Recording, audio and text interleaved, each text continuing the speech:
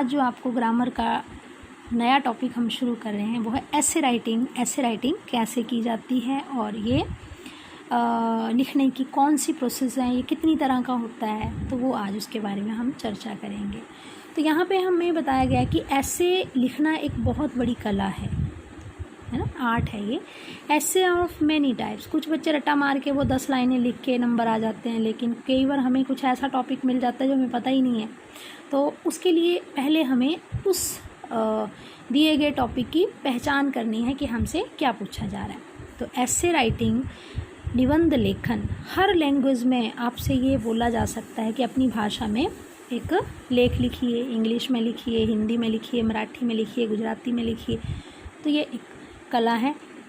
कई तरह के होते हैं ये टाइप जो है इसके, जैसे ऐसे के प्रकार हैं।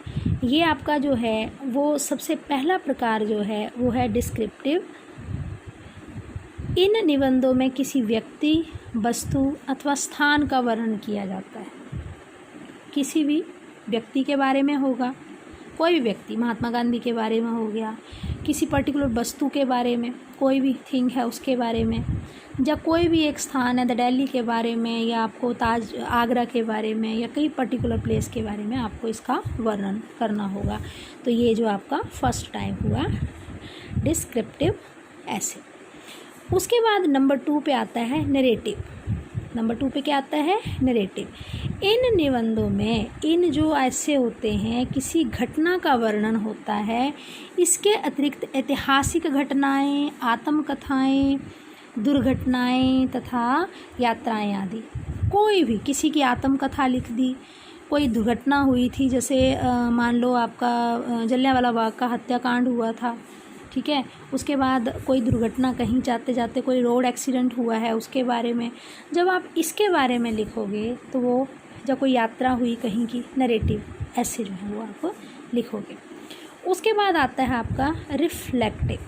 रिफ्लेक्टिव लेख इसमें लेखक किसी विषय पर अपने विचार प्रकट करता है। इसके अंतर्गत शौक, मान लो मुझे गिटार बजाने का शौक़ है, मैं गिटार पे लिख दूँगी। मुझे अनुशासन में रहने का है, किसी की गरीबी के ऊपर है, शिक्षा बहुत ज़रूरी है, उसके ऊपर आदि के बारे में यहाँ पे जो है वो ऐसे लिखा जाता है।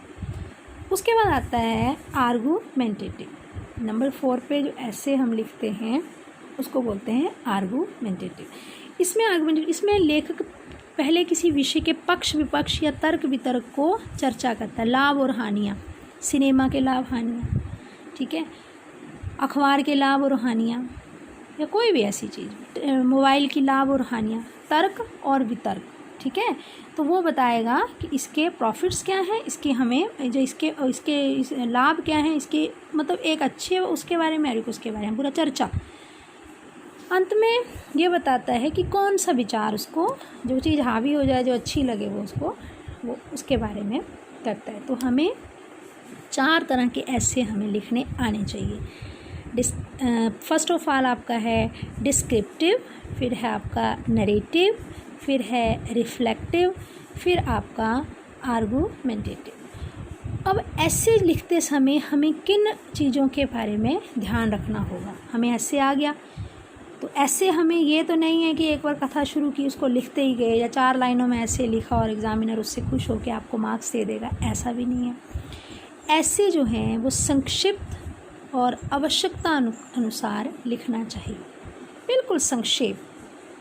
जितना पूछा गया है, जितना आपको उसके बारे में नॉलेज है, जितनी रिक्वायरमेंट है, जितने शब्दों में बोला गया है, उसके अकॉर्डिंग आपको बिल्कुल संक्षिप्त में आपको आवश्यकता अनुसार ही उसको लिखना है।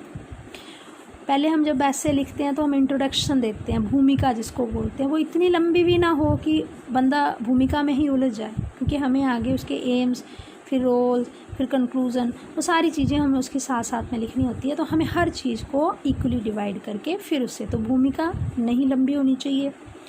एक पैराग्राफ में एक ही विचार प्रकट करना चाहिए। जैसे आपने एक पैरा लिखा तो उसमें ये नहीं कि आपने खिचड़ी पका दी, ठीक है, 2-3 चीज़ें इकट्ठी कर दी, तो एक में आपने एक ही जैसा ही विचार लिखना है और आपने उसको बिल्कुल सही तरीके से, जो चीज़ वहाँ पे आनी चाहिए उसके अकॉर्डिंग आपने एक चीज़ के बारे में बताना है। द पैराग्राफ में एक ही विचार होगा। विचारों की पुनरावृत्ति से भी बचना चाहिए। ठीक है।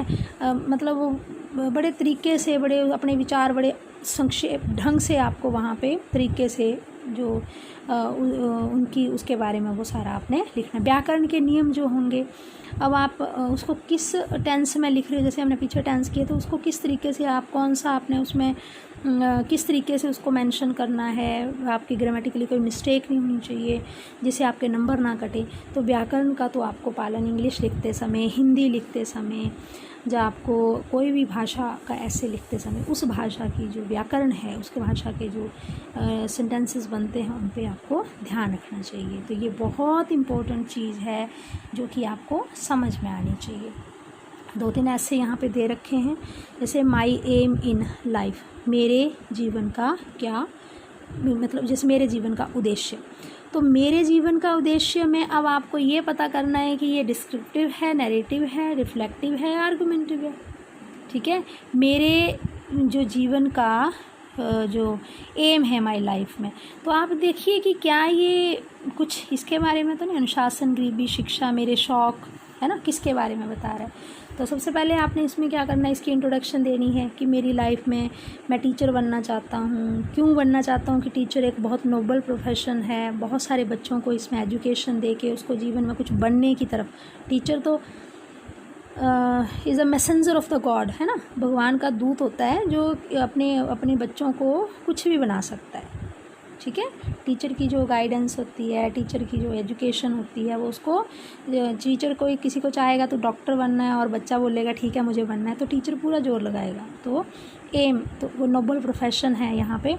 उसके बाद एम ऑफ एजुकेशन, ठीक है, एजुकेशन का उद्देश्य क्या है, एम ऑफ एजुकेशन का क्या है, एजुकेशन कहाँ से, लैटिन भाषा से जैसे यहाँ बताया उसने बना है, तो एम क्या है, सबको एजुकेट करना। ओके, फिर एग्जाम्पल ऑफ गुड टीचर की सबसे अच्छा मैंने अभी बता ही दिया आपको, टीचर जो है वो गुड टीचर क्या होता है, जो अपने अच्छे से बच्चे को पढ़ा सके, मोटिवेट कर सके, उसको अच्छी से अच्छी लाइन पे ला सके, है ना, उसकी खूबियाँ, उसके बारे में। तो पर इंट्रोडक्शन दी आपने, जो मेरा एम क्या है, फिर क्योंकि एजुकेशन का एम क्या होता है, फिर गुड टीचर की परिभाषा क्या होती है, फिर गुड टीचर कौन सा होता है, जो अच्छे से कन्वे कर से, रोल ऑफ टीचर, बच्चे के क्या रोल है टीचर का।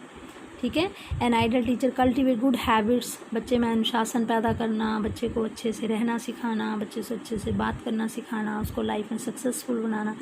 कंक्लूज़न में क्या है, तो Alexandra the great said about the teacher, Aristotle जो है, I am indebted to my father for living and to my teachers for living worthy. तो उसने भी देखो, अलेक्जेंडर ने भी अपने जो टीचर का और अपने पिता का जो यहाँ पे वो वर्णन कर रहा है इसके बारे में। तो इस तरीके से कैसे को यहाँ पे लिखा गया। इम्पोर्टेंस ऑफ ट्री, देखो ट्री का क्या मतलब है, tree introduction they the, advantages of trees की दे दी, ऑक्सीजन को रिसाइकलिंग में हेल्प करता है, और ट्रीज़ के क्या बेनिफिट है, how many home and creature, कैसे हाउ मैनी क्रिएचर जो हैं वो उसके बारे में, द फॉरेस्ट में मैन है, वाइल्ड एनिमल्स हैं, कैसे ली, फिर कंक्लूज़न कर दिया उसने। फिर बुक हैं, बुक रीडिंग, एक हैबिट्स के बारे में बताया आपको यहाँ पे कि मेरे क्या शौक़ हैं, जैसे यहाँ पे तो जो ऐसे आपको आ रहे हैं रिफ्लेक्टिव ये, तो बुक रीडिंग का बारे में, इंट्रोडक्शन, बुक्स के बारे में जो है इंट्रोडक्शन आपको यहाँ पे दे रखी हैं। जैसे मैं यहाँ बैठी हूँ तो ये कमरा पूरी तरह से बुक से भरा हुआ है, बहुत सारी किताबें हैं इस कमरे में।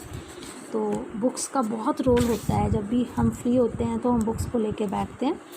तो उसके बाद है आपका बहुत रोल है, हर चीज़ हमें अभी भी कुछ चाहिए तो हम फटाफट से बुक निकालेंगे और उससे हम रीड करना शुरू कर देंगे। तो यहाँ बहुत सारी बुक्स, मेरा कमरा बुक से भरा हुआ है, अभी दिखाऊंगी मैं कभी आपको। एडवांटेजेस जो हैं इसकी क्या हैं, कहाँ पे हमें हेल्प करती है, राइट चॉइस ऑफ बुक्स हैं। बुक्स भी कई तरह की आती है, हम डिस्ट्रक्शन वाली किताबें पढ़ें, हम लोग किस तरीके से, मैं अभी अगर जर्नल सी में आपकी तरफ यहाँ घुमा के भी बताऊँ तो देखिए मेरे पास एक बुक ये पढ़ी हुई है, फिर ये मेरे पास ये बुक पढ़ी हुई है, फिर देखो मेरे पास ये बुक है, अभी कितनी सारी किताबें तो मेरे आसपास ही यहाँ ढेर लगा हुआ है बुक्स का, सो मैनी बुक्स। तो वो चॉइस करना भी आपके लिए, जैसे अभी ग्रामर टीच करनी है तो मेरे पास बहुत कम नहीं तो so many grammars are here. ठीक है, तो वो आपको अच्छे से सारी किताबों का आपको सिलेक्शन ऑफ बुक्स जो है वो कैसे होनी चाहिए, ठीक है। बेनिफिट ऑफ पोइट्री बुक्स हैं, पोइट्री बुक्स पढ़ते हैं, कविताओं लिखने का शौक़ होता है, कईयों को किसी की जीवनियाँ पढ़ने का शौक़ होता है, किसी को सिंपल मेडिसिन की बुक्स पढ़ने का शौक़ होता है, तो ये सारा इसके बीच में है। फिर ए विज़िट टू ए सर्कस, ये भी देखना आपने कि ये किसके अंदर आता है। जब हम सर्कस में जाते हैं तो वहाँ पे इंट्रोडक्शन सर्कस होती है ना, अब तो खैर बहुत कम हो गया, लेकिन ट्रिक ऑफ सर्कस क्या है, अदर क्या हैं। फिर the harmful effect of advertisements आप देखते हो, है ना। कई बार आपको कोई चीज़ ऐसी ले आते हो मार्केट से कि इससे आपके बाल बिल्कुल काले हो जाएंगे, होता कुछ नहीं है ना, और उल्टा वो स्किन को डैमेज करते हैं। या कई बार ऐसी क्रीम आपकी मार्केट में आ जाती है, वो उसकी सारी चीज़ें harmful effect of. Seen at railway station, जैसे आप अभी कभी जाओ तो रेलवे स्टेशन पे आपने क्या देखा, उसके बारे में पूरी उसकी इंट्रोडक्शन देनी है। फिर उसकी आपने क्या देखा, आपने जो बुकिंग टिकट जहाँ बुक होती है वहाँ क्या देखा, फिर प्लेटफॉर्म पे क्या देखा, फिर जैसे ट्रेन आई लोग दौड़ते हुए चढ़े, वो कंक्लूज़न आपकी। फिर अब जब हम इन चीज़ों को रीड करते हैं, फिर आपके पास प्रॉब्लम ऑफ अनएम्प्लॉयमेंट, पहले आप हिंदी में लिखिए, ओके। प्रॉब्लम ऑफ अनएम्प्लॉयमेंट होती है कि आपकी बेरोज़गारी की समस्या। अब आप देखो आपके आसपास आपके गांव में कितने पढ़े लिखे बच्चे हैं, कितना दौड़ रहे हैं सुबह शाम आर्मी के लिए को, तो आप एक ऐसे लिख सकते हो कि बेरोज़गारी से आपके गांव में कितने लोग हैं, उनके पास कितनों के पास रोज़गार है, कितनी लेडीज़ हैं, उनमें से कितने के पास रोज़गार है। फिर उस प्रॉब्लम को भी आप लिख सकते हो। साइंस है वून और कर्स, साइंस जो है क्या आपके लिए वो अच्छी है या बुरी है, उसके ऊपर आप लिख सकते हो। आप देखो उसके एडवांटेजेस क्या हैं, डिसएडवांटेजेस देखो। अभी कितना युद्ध चला, सीरिया और इन कंट्रीज़ में युद्ध चले रहते हैं, छोटे छोटे देश हमारा भी लड़ाइयाँ चली रहती हैं। तो साइंस में जो वेपन्स आए हैं वो हमें कितना नुकसान कर रहे हैं और कितना हमें फ़ायदा दे रहे हैं। एन आइडियल स्टूडेंट, अच्छा विद्यार्थी कौन होता है, उसके बारे में भी आप लिख सकते हो। काऊ, यूज़फुल एनिमल, बचपन में आप 5 लाइनें 10 लाइनें लिखते थे, लेकिन नहीं अब आप बड़े हो गए हो तो काऊ के बारे में तो आपको बहुत अच्छा, वो कहाँ रहती है, क्या खाती है, उसका जो लिविंग जो है वो कैसा है ना, तो वो सारा।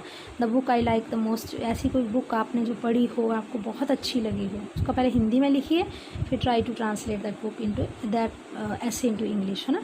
उसके बाद अवर नेशनल फेस्टिवल्स आप देखते हो, 15 अगस्त जैसे हम लोग मनाते हैं, 26 जनवरी हम लोग सेलिब्रेट करते हैं, या किसी नेशनल लीडर का जो बर्थडे है उसको सेलिब्रेट करते हैं। तो you have know all the things and you have to write all this things. My favourite leader है, आपको कौन सा लीडर सबसे ज़्यादा पसंद है, उनके बारे में आप अच्छे से राइट करिए।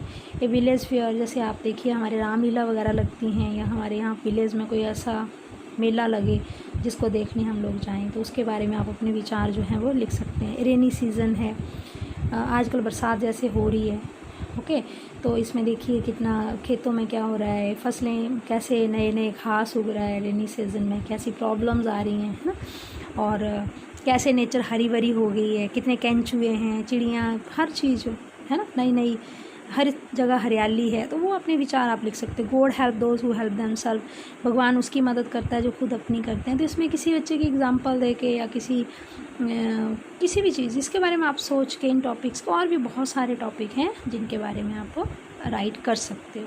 जब आप कहीं बुक से लेके उसको रीड करिए और उनके बारे में अच्छे से अंडरस्टैंड करिए कि हमें वो कैसे लिखने हैं। तो बहुत इम्पोर्टेंट है ये वाला टॉपिक आपके लिए।